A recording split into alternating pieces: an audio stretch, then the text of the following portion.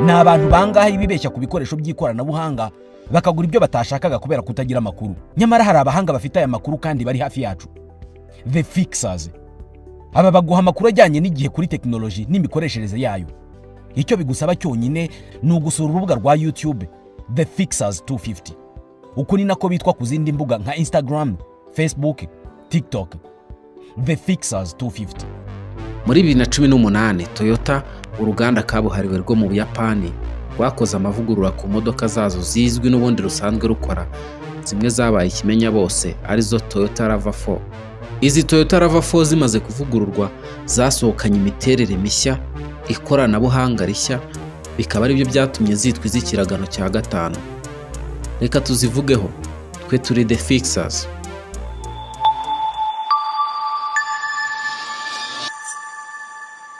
Ubundi RAV4 ni ijambo ry'impine risobanura Recreation Active Vehicle with 4-wheel drive. Muri 2018 mu mujyi wa New York, Toyota yerekanye izi modoka nshya mu imurikagurisha ry'amamodoka. Izi modoka nshya zakozwe zifite umubiri worohereye ku kigero cya 57% kurenza izindi uruganda rwari rwarakoze. Toyota nanone yahinduye imiterere y'indorerwamo zireba inyuma zizwi nka side mirrors, zijya ahagana hasi ugereranyije n'aho izindi zabaga. Izi modoka nanone zasohokanye agashya ku ikoranabuhanga rya 4-wheel drive ryitwa Dynamic Torque Vectoring. Iri koranabuhanga ryasohokanye byavuzwe ko ari ryo rya mbere ryaje mu mamodoka icyo gihe ku isi. Iri koranabuhanga icyo rimaze, nko mu gihe bibayeho ko ipine rimwe rinyerera, izi tongs zohereza imbaraga runaka zari kuba mu rindi ritanyerera, bigafasha rya rindi gusayuka. Nyuma Toyota yakoze imyaka itandukanye nka 2019, 2020 kugeza 2023, kandi za vuba zose zaje ari hybrid. Murabyibuka? Hybrid twigeze kuzivugaho, ikiganiro cyazo kiri muri description. Muri 2019 Toyota RAV4 zakorewe safety test. Iyi ni test ikorerwa imodoka ngo harebwe uko zirinda abazitwaye cyangwa zizewe ku mutekano. Gusa yaba hybrid yaba n'iza essence zose zaratsinzwe. Toyota RAV4 abazisuzumaga ngo babonaga imyitwarire yazo iteye impungenge. Ku ikoranabuhanga ryazo ryatangaga amakuru ritinze ku buryo igikorwa kiba cyamaze kuba.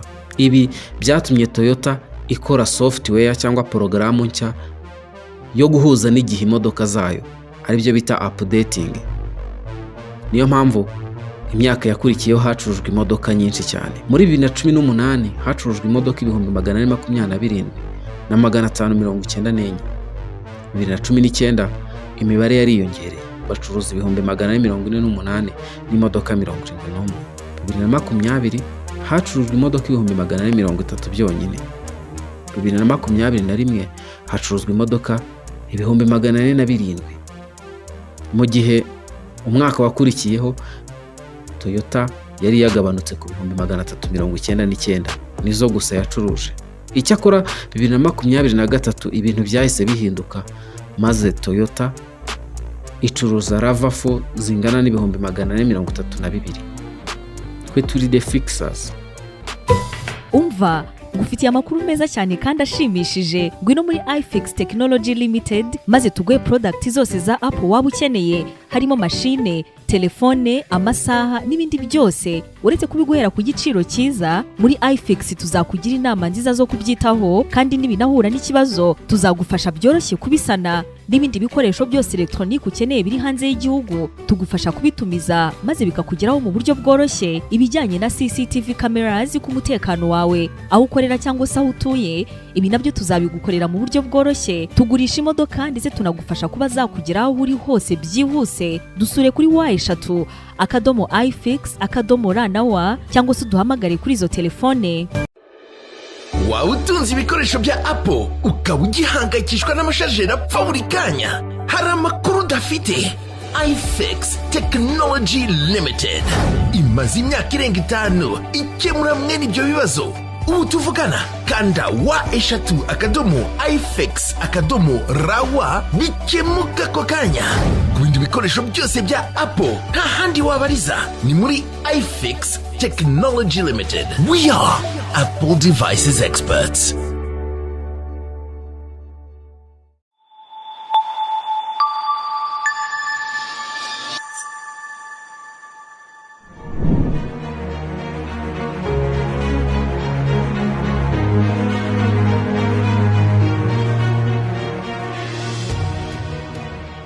Kampani ya iFix ni kampani imaze igihe kirenga imyaka 10 ifasha abanyarwanda ndetse n'abanyamahanga mu kubahereza ibikoresho bijyanye na Apple harimo MacBooks, telefone ndetse n'ibindi bikoresho bya electronics, harimo kuzikora ndetse no kuzicuruza.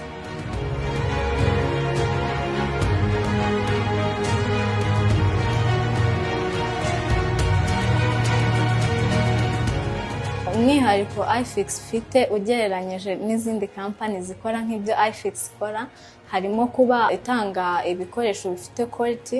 Ikindi harimo gukora follow up ku bakiriya bacu. Tuvuge niba uje gukoresha MacBook cyangwa telefone, turabigukorera kandi tugakurikirana niba ibyo twakoze bikora neza nta kibazo byagize nyuma yaho. Ikindi iyo tubigucuruje tumakinga sure yuko igikoresho cyawe gikora neza nta kibazo na kimwe gifite kandi tukanakubaza. Ikindi harimo kuba dutanga promotions ku bakiriya bacu buri kwezi. Abadukurikirana ku mbuga nkoranyambaga zacu harimo YouTube, Facebook, Instagram. Amazina dukoresha ni The Fixers. Information zose zinyuraho, mwajya mudukurikirana. Ama promotions byose tubinyuza ku mbuga nkoranyambaga zacu. Ikindi harimo kuba ibikoresho uzanye niba uje gukoresha biba biri safe, kubera ko hari ama forms tuguhereza ukuzuza iyo uzanye ikintu, ni nka agreements tugirana kugira ngo nuza tuzamenye niba ari wowe kuko twahanye ico gikoresho, nawe ubwawe uri safe yuko igikoresho cyawe uzakibona kandi no mu gihe gikwiriye. Ikindi tutanga na garanti. Niba tugucuruje MacBook iyo ari nshyashya tuguhereza warranty ingana n'igihe cy'imyaka 2. Iyo iri used tukaguhereza warranty ingana n'umwaka umwe.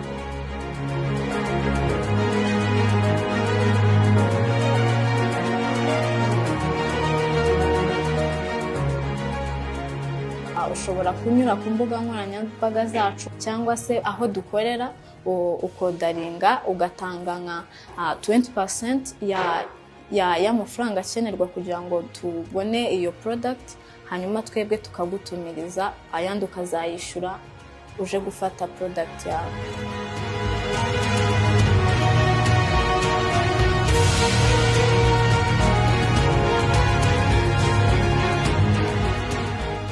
iFix dukorera mu mujyi ahegeranye na Simba ku nyubako ya TCB kuri ground floor ku muryango wa 024. Dukora guhera ku wa mbere kugeza ku wa gatandatu. Ku bijyanye n'amasaha dukora guhera saa 2 za mu gitondo kugeza saa 1 z'umugoroba.